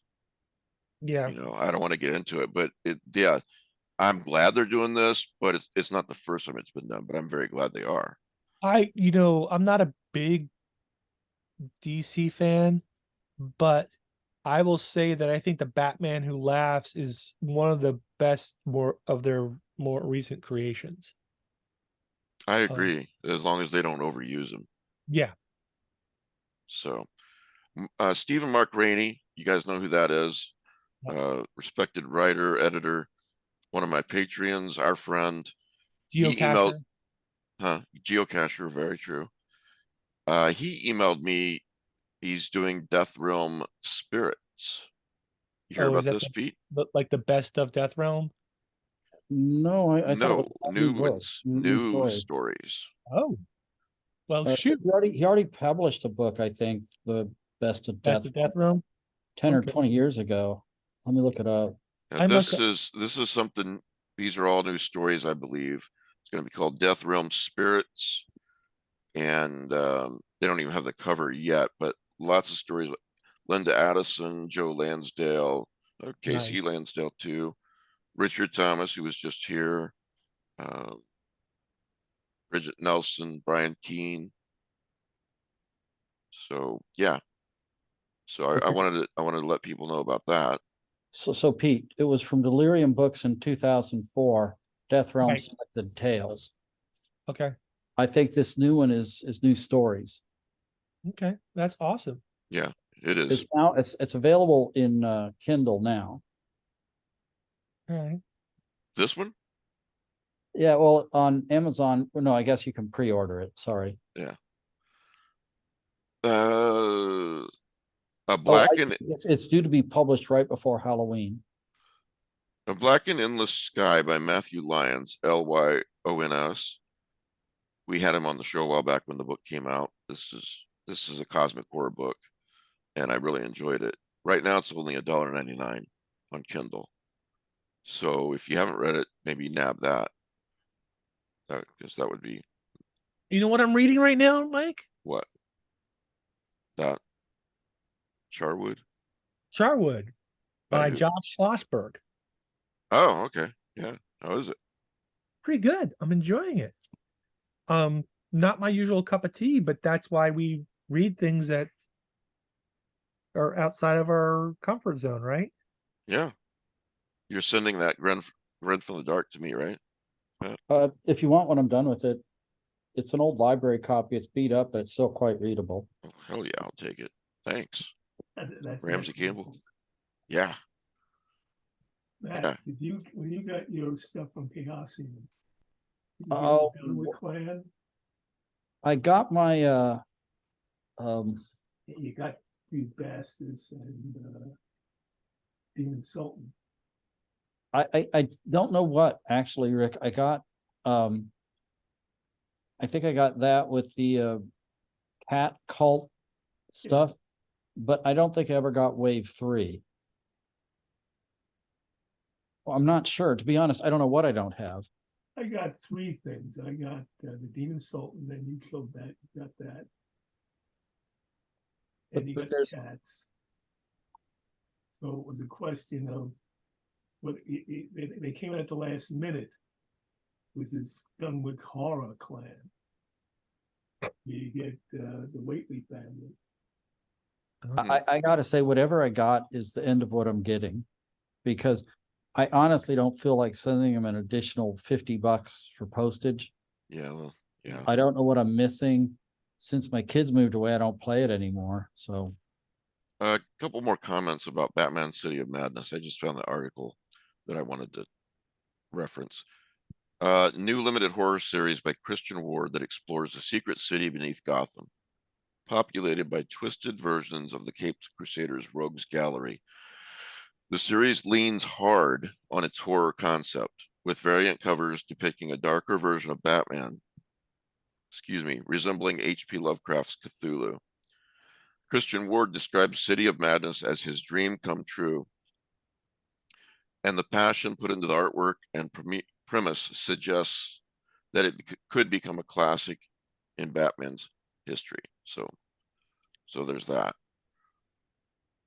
And what else do we have that I wanted to talk about? Gemma Files has a new book out. I haven't had a chance to read it yet. It came out a few months ago, called Dark is Better, a collection of stories. But the thing is, it's Gemma Files, so I know it's going to be great. And I just wanted to make everybody aware of it. So it's called Dark is Better. I'll have a link to it in the show notes. And Jeffrey Ford has a new book out from Tor, as a matter of fact, called Pretty Good Neighbor. It's a new story. Only $1.99 on Kindle. And what else? I wanted to talk about movie night for a minute, if you don't Yeah, mind. go right ahead. Okay, so we're now using Hyperbeam on movie night. I wanted to show the series Archive 81, and it worked once, but now Netflix is not working on Hyperbeam, and we think it's probably a result of their being unwilling to do anything that would allow their movies to be shown out of the region where they have permission, or to share passwords. So it's just not working, which means we're stymied on watching Archive 81. So this week, if you want to go to the eZine page or my personal page on Facebook, I need to know from the viewers if they would mind going back to cast for like 3 more weeks to finish Archive 81, because I know Netflix works for cast, such as it is, or if they want to let it go for a while, and then we're just going to pick some other new movie in our wheelhouse. Like last night when it wouldn't work, we ended up watching Arctic Void, a movie from a couple years ago. How was that? That's on my list. It's fair. It's like an hour and a half, and the hour and 15 minutes that comes in front is creepy, developing tension, weird, something's going on. And I thought the ending was pretty weak. Oh, that's terrible. So, Well, but I'm not sorry I watched it, because like there's some scenes that were very striking, and it was a really nice development of this weird tension. It's just, gosh, it's like I wish they had decided, geez, we need to do something to finish this thing up. I know, let's do this. If you don't hear from the movie night viewers, I think if you do hear from them, I think I know what they're going to say. And if you don't, most people have Netflix, so they could probably watch it on their own. But the other thing is, cast is just awful. Half of them probably wouldn't be able to see it, to view it. And it worked for a while, and then it just went haywire. I actually found we used it for what, after Rabbit went under, we used it 3-4 years or more. I don't remember. It started off weak, and then the picture was bad for a while, but over the years it did improve, and was having really crisp pictures by the end. But there are some viewers who it doesn't work on their devices, because you have to download an application. If you don't have enough memory or whatever, it's jerky streaming and people get kicked out. It's suboptimal. Yeah, but when I it say also it wasn't working well, but I mean on a lot of the viewers' ends. Yeah. Yeah, I don't think it was quite as dire as you say, but it was the picture is consistently better on Hyperbeam. It's not that Hyperbeam is without faults. I mean, last night it hung up 3 times and kicked us out of the movie once.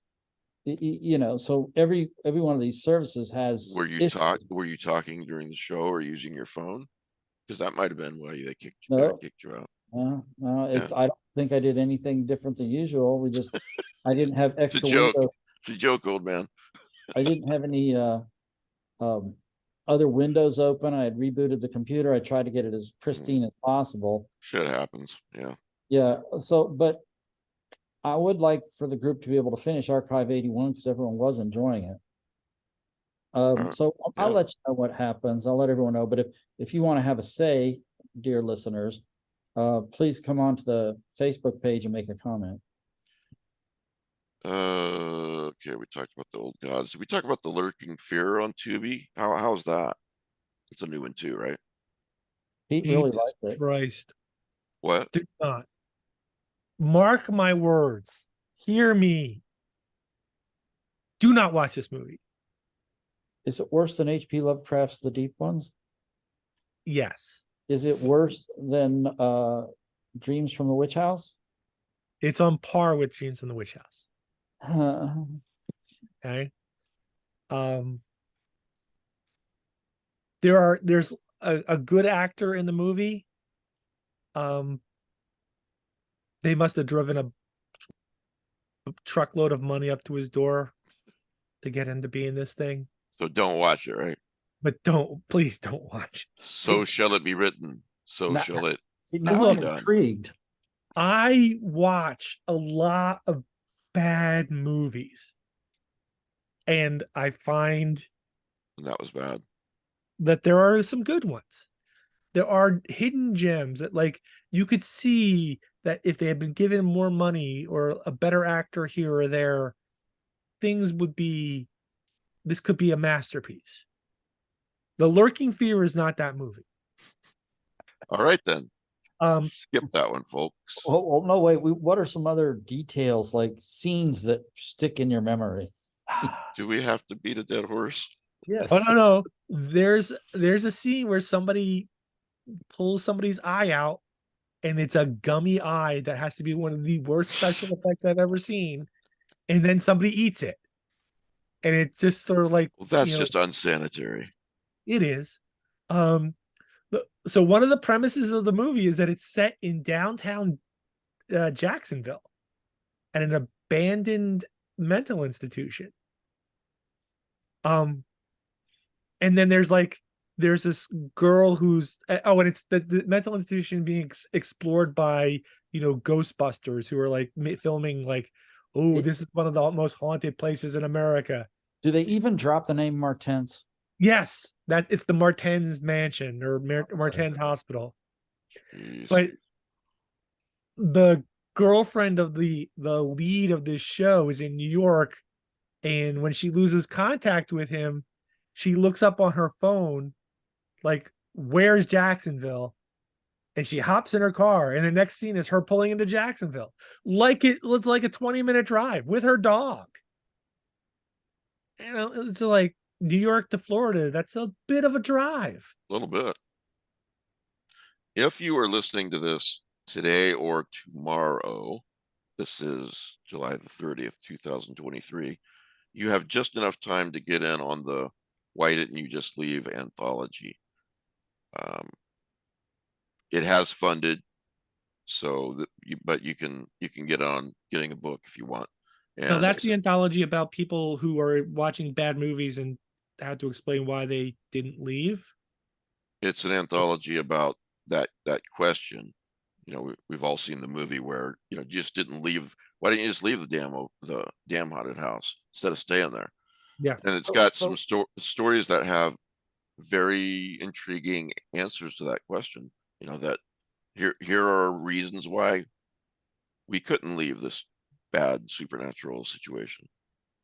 So wait, Pete, I understand there's a place in Florida called New York that's on the Panhandle. Probably. So maybe she was driving from New York, Florida. No. Maybe. No. Because I go to Rome, Illinois. I think the skyline of the two cities look Similar. Slightly different. Yeah. Yeah. Hey, I noticed in the last week or so, I went to Apple to the Lovecraftian podcast on Apple, and there have been some really nice reviews. I'm really thankful for this. I really appreciate this to all those out there who have left reviews. A lot of nice comments, 5 stars. I mean, I love it. Thank you for doing that. That is really important wherever you listen.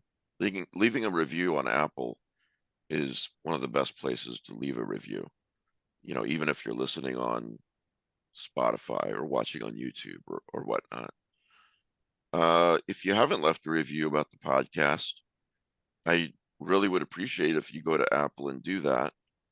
I don't know how to do it, but I'm sure you can Google it.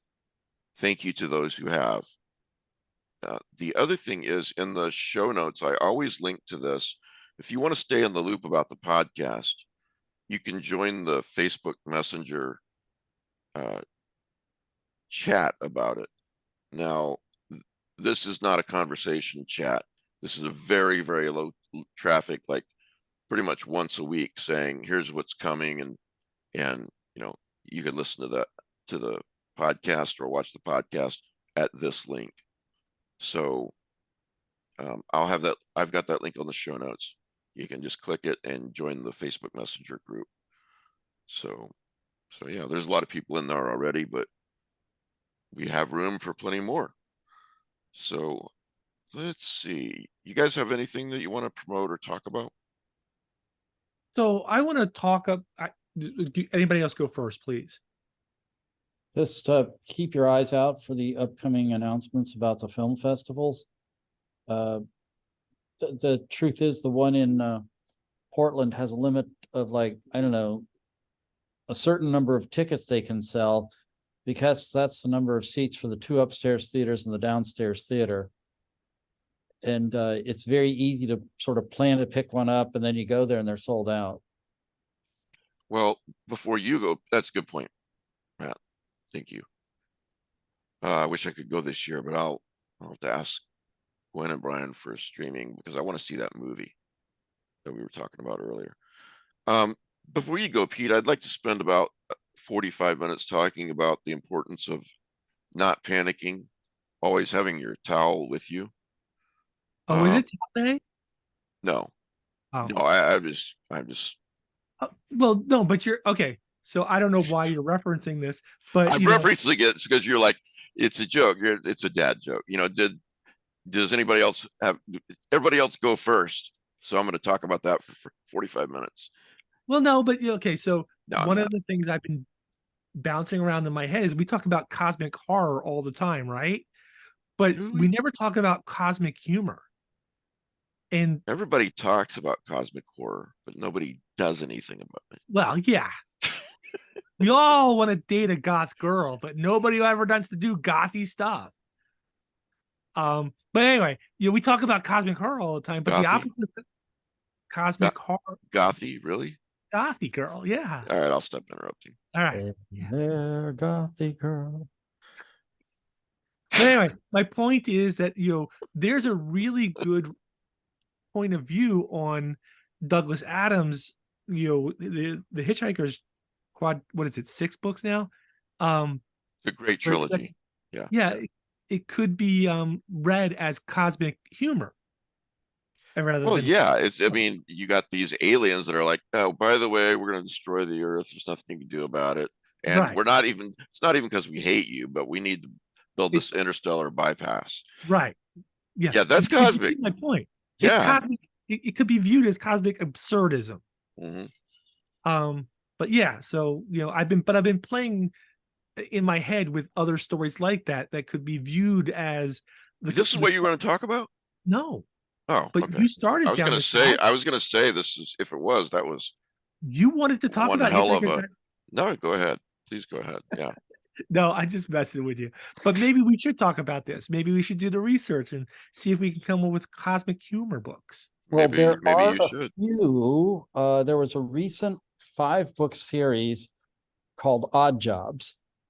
It was, I think, self-published by the authors. I'm not sure. They all came out rather quickly, and it's all very, very buttoned up British humor. The authors are Heidi Goody and Ian Grant, and it's about kind of like the children of Old Leech are on Earth, and Old Leech is coming, and Earth is going to be destroyed, and there's nothing you can do about it. And so the government, particularly the British, are making sure it's happening in a controlled and orderly fashion. And please don't make a fuss. Yeah, stiff upper lip. So I personally find that stuff gets heavy-handed and boring after a while. It's like we can't all be Douglas Adams. But there is a certain amount of humor like that already out there. Right. Whether it works or not is another question. Yeah, I just like to we have this whole list of cosmic horror books and cosmic horror movies, but we never talk about cosmic humor. And I'd love to see that. I'd love to put together a list. I'll put it on the blog if you want. Would you consider Peter Cannon's work cosmic humor? Like Scream for I can Jeeves? see that interpretation. Like the Jeeves books. Jeeves books. Yeah. I could see that working. Okay. Yeah. But that's yeah. So what were you going to talk about, Pete? All right. So this is like personal thing, but so I went on this. It's okay. We're not recording anything. You went on this spiritual journey. So I did. I drove from West Palm Beach to Tallahassee over the course of 3 days. And in the process, I visited 15 bookstores. Wow. And did you go see Danielle and Logan while they were there? No, I was No, exhausted. you didn't. I'm kidding you. I know. I mean, it's not a big deal to me, but Danielle cried at least today. Oh, I'm sorry. She thought you were going to show up. Yeah, she was sobbing to me on the phone about it. I'm sure she was. Yeah. But anyway, I added 2 books to my personal collection. One was quasi Lovecraftian. I found a first edition of Eaters of the Dead by Michael Crichton. Wow. By whom? I'm sorry. Michael Crichton, Eaters of the Dead. Wow. Okay. Which is nice. The movie, The 13th Warrior. Yeah, that was actually a really good movie. I really liked it, and it was kind of universally hand. Yes. But it's a really good movie, and it's part of a mental list I've got going of a lot of great movies that didn't really get a lot of attention. There's a lot of good movies that came out in 1999. Right. So there's nothing in the text that says this is Lovecraftian.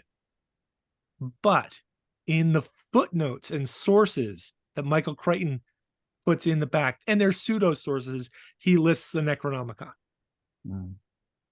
So, you know, I've got the Batman catacomb story where Justin Jeffrey is the poet, the poem author of the poem at the beginning of the story by Robert Weinberg. You know, if I'm counting that, I should count this. So I added that. The other book that I added is not Lovecraftian, but it's one of my favorite books. Is it horror? And Is it no, sci-fi? nope. Is it a genre? I mean, It it doesn't have is- to be Lovecraft. It's simply a good, you might even call it a romance, or a romance of books. It was made into a movie starring Anne Bancroft and Hannibal Lecter. 84 Charing Cross Road. 84 Charing Cross Road. What a wonderful, beautiful, lovely movie. Right? So I've seen that movie about a dozen times, and I love the book. It's a movie for bibliophiles and fans of wistful longing for love and No a kidding. period piece. And it's I'm gonna have to everything. watch It's just this. it is a wonderful story. Yep. Especially if you like relationships built around books. Yes. Yeah, I do. Yeah. So I saw the movie, and in the movie, I love the movie. Seen about a dozen times, but in the movie there's a small scene where she comes in and there's a workman changing a light bulb, and that workman informs her that the whole building has asbestos and she's going to have to move. That the man who tells her that is Tony Todd, Candyman. Oh yeah. So when I found my first edition of Charing Cross Road, I eventually got Tony Todd to sign it. Oh, you're kidding me. Nice. What did he write? To Pete, a lover. I can't read the rest. Blank, blank, Tony Todd. A lover. A lover. I'm Really? sorry, I A can't read lover? the rest. Oh, I a really lover of, can't read the rest. a lover of Anne Bancroft. Oh. Tony Todd. Oh, okay. Now, the funny thing is that sitting next to Tony Todd was Max Brooks. Really? So if you don't know, Max Brooks is the son of Mel Brooks. who was married to And Anne Bancroft. Bancroft. So they all of a sudden strike up a conversation about Anne Bancroft. So it was kind of fun to watch. But what happened on this trip is that my mother-in-law. Wait a second before you move on. You know it's Yeah. based on a true story, right? Yes. Okay. Absolutely. It's literally the transcriptions of their letters Wow. I'm gonna have back to and watch forth this. over the course of 20 years. Yeah, I'm an authority on it because I've never heard of it before, but I just Googled it. So So my mother-in-law in Tallahassee convinces me that, driving back on Sunday, I should stop at one more bookstore. But it's Sunday, so it's really hard to find bookstores that are open on Sunday. So I go to the flea market. And I find this. 84 Charing Cross Road. Oh, This is the updated, it's a reprint with a new introduction by Anne Bancroft. But inside, I find a book plate signed by Helene Hanff, wow. author. And that is now in my first edition. And That's this, great, Pete. gentlemen, is why I hit 15 bookstores in a weekend to find that. I'd like to do one of those with you sometime. Bookstore trip. I gotta tell you, it's painful. And all right, and I'm not gonna tell you guys where this is because I gotta go back. I found a store that I could have dropped $1,000 in easily and been very happy. No, you can tell me. No, I can't because I'm going back. You know what? I would actually like to do that in like the boroughs of New York and New Jersey, because I am certain there are unidentified copies of what's his name? Brian McNaughton books. Yes, I'm and that's one of the certain of things it. I keep every time I find. You can walk into a used bookstore and it's like, oh my God, this is all Harlequin romances. And then you go, okay, where are the Brian McNaughton pseudonym books? Right. They've got to be out there someplace. Sheena Clayton. was Sheena it? Clayton. And Mark Slade.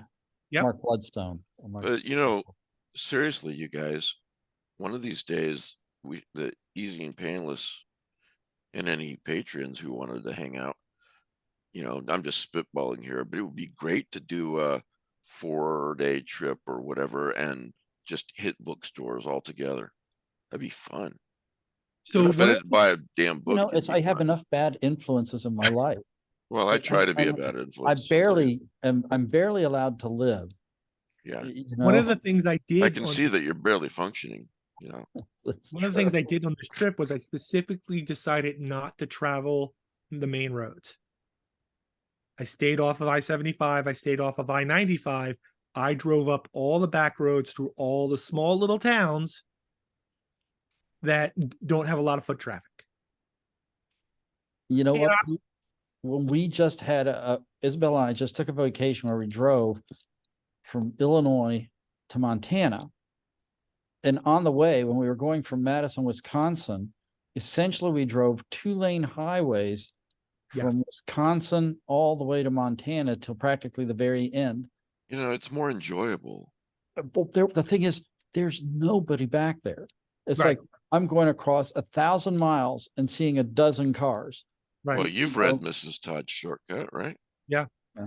I was crossing Haynes Prairie, which is this giant wetland near Gainesville, and I was on the old 2-lane road, and I can look over and I can see I-75, and I-75 is at a standstill, and the road I'm on has a 35-mile-an-hour speed limit. So which is better? You know, the one that can go 75 mile an hour and it ain't moving, or but yeah. We back had a roads. buffalo on the road, you know, it's like, Yeah. Oh my God. I drove past a house that was covered with about 30 peacocks. really? Oh, you I should have was just taken a photo, man. Well, yeah, but okay. But I'm driving at 45 miles an hour. Sure. And you And zip. yeah. And it's like, do you stop and go back? Or is the cop that's sitting right there on the edge of town just waiting for you to do something quasi illegal? That's the big fear I have on driving through these small towns, is those small Don't towns. speed. And I literally had my cars set up to monitor the speed and keep me at the speed limit. Mhm. And I just watch guys blow through town, and yep, sure enough, they're pulled over all the time. Oh yeah, and But you know anyway, what? Some people get mad when somebody passes them real fast. I'm like, thank you for clearing yeah. my way. exactly. Yeah. You're Anyway, the flack. I wanted to share you with, there are still great finds out there, but maybe you need to get off the beaten path. And this one bookstore that I'm not telling you where it is was just wall to wall weird fiction, mysteries, spy novels. He had a signed copy of Freaks in Love. I bought Dunsany, I bought Hodgson, bought Lovecraft. I found some great books in this place, and I'm just never going to tell you where it is because I'm going back and I'm going to take more money. You know, But on that note, if you're going to do this, bring cash, because a lot of these small town places, they're cash only. So anyway, I was just boasting, I guess, but I wanted to share that with you guys. No, that story about That's- Charing Cross Road is quite lovely. And if you completely non-cosmic anything, it's just a wonderful story to watch as a movie. Yeah. Now, so if you've ever watched that, have you watched the movie about the guy who invented computers. Oh, the Enigma Gate Machine or something. Yeah. Benedict Cumberbatch. Yes, the one with Benedict. Oh, Alan Turing. Yeah, Alan Turing. There's a scene in that film. He's more known for like the Turing test, and he was a code breaker and Yeah. Yeah. There's a scene in that film actually. Imitation Game, Rick said.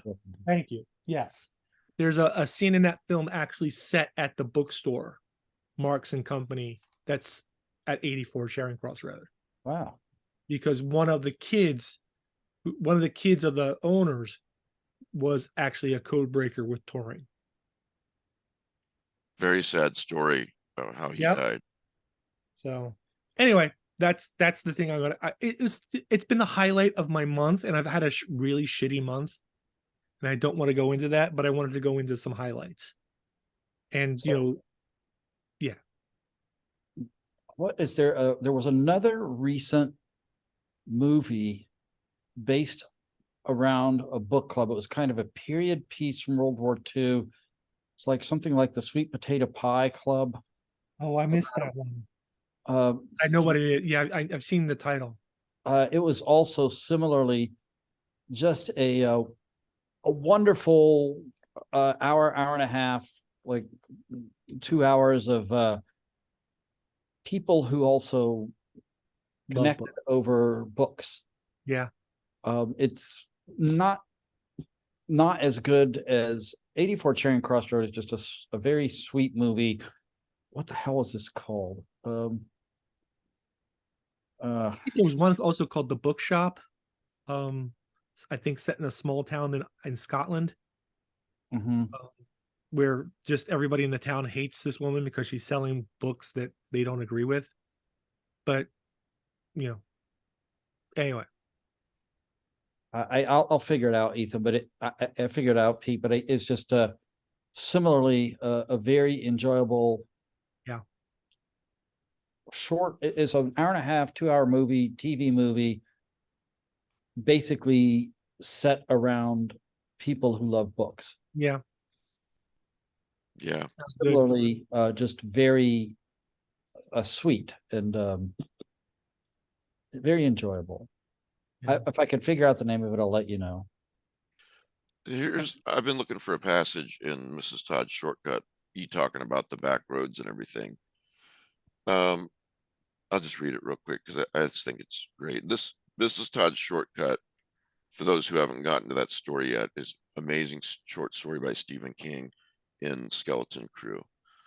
And that made me think that maybe there are a lot of roads all over that are just going begging, roads with rock walls beside them, real roads with blackberry bushes growing alongside them, but nobody to eat the berries, but the birds, and gravel pits with old rusted chains hanging down in low curves in front of their entryways. The pits themselves as forgotten as a child's old toys, with scrum grass growing up in their deserted, unremembered sides.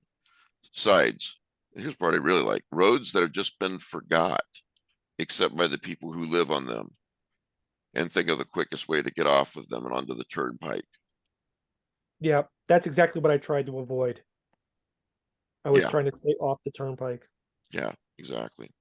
And I think out of those 15 bookstores, I think 5 were library sales, like library shops attached to libraries.